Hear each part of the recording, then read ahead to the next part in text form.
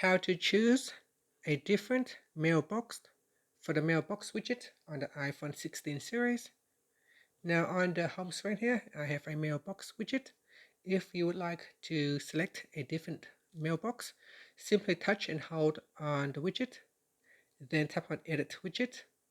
After that, tap on Choose a Mailbox, and from here, select one of the available mailbox that you would like to use.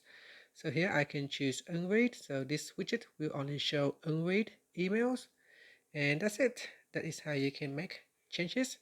If you do not have your mailbox widget on the home screen, then you can add it to your device. So here I will simply remove the widget and then touch and hold. Next, tap on Edit, then tap on Add Widget. Now in the widget list, we scroll down and then tap on Mail, and then select your mailbox widget size.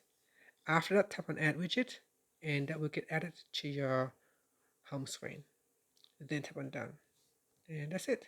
Thank you for watching this video. Please like and subscribe to my channel for more videos.